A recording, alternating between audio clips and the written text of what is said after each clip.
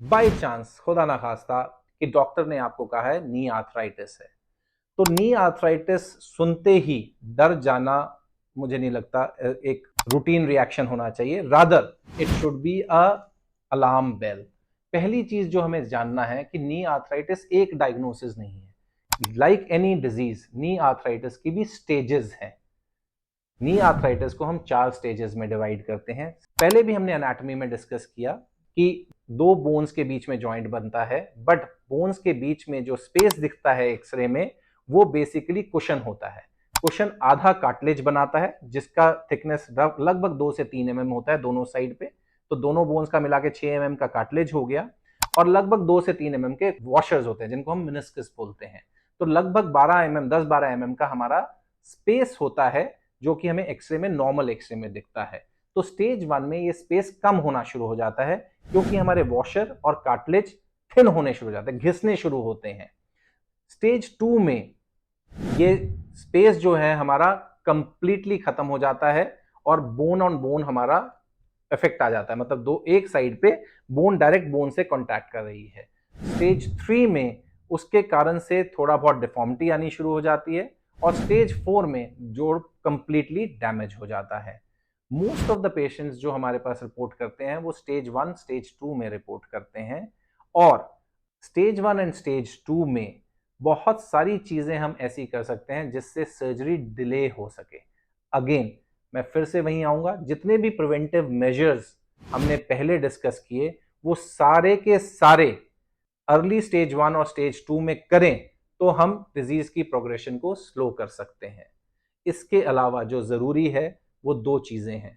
Number 1, quadriceps muscle strengthening exercises. Quadriceps muscle strengthening exercises बड़ी simple exercise है, आप कहीं पे भी बैठे हैं, एक सिंपल एक्सरसाइज है। गोडे को सीधा करना है, पंजे को अपनी तरफ खींचना है और 10 तक गिनना है। 1 2 3 4 5 6 7 8 9 10।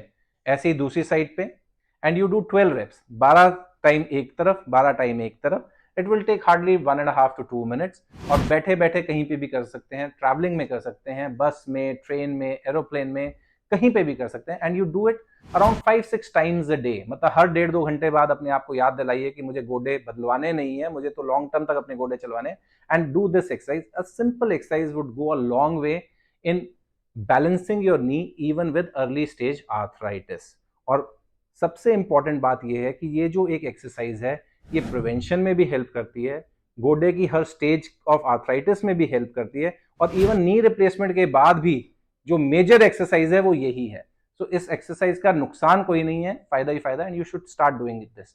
इसके अलावा अगर आप वेट रिडक्शन कर लेते हैं, ये एक्सरसाइज करते हैं, तो मोस्ट ऑफ द टाइम्स आपको पेन किलर्स की जरूरत नहीं पड़ेगी।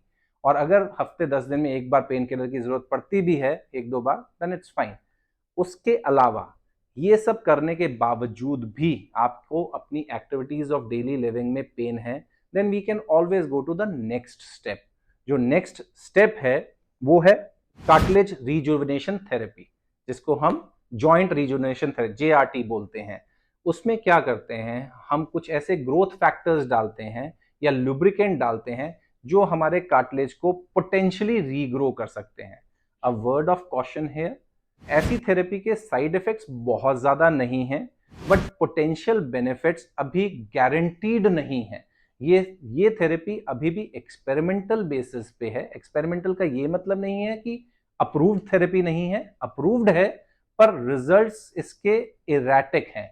हमारे अपने एक्सपीरियंस में around 80-90% of the patient definitely have the benefit. उनका सिम्टम्स बेटर हो जाते हैं, उनकी लाइफस्टाइल बेटर हो जाती है, उनकी क्वालिटी ऑफ लाइफ बेटर हो जाती है, but it cannot reverse the disease. It can slow the disease, it can control the symptoms, but it cannot reverse the disease.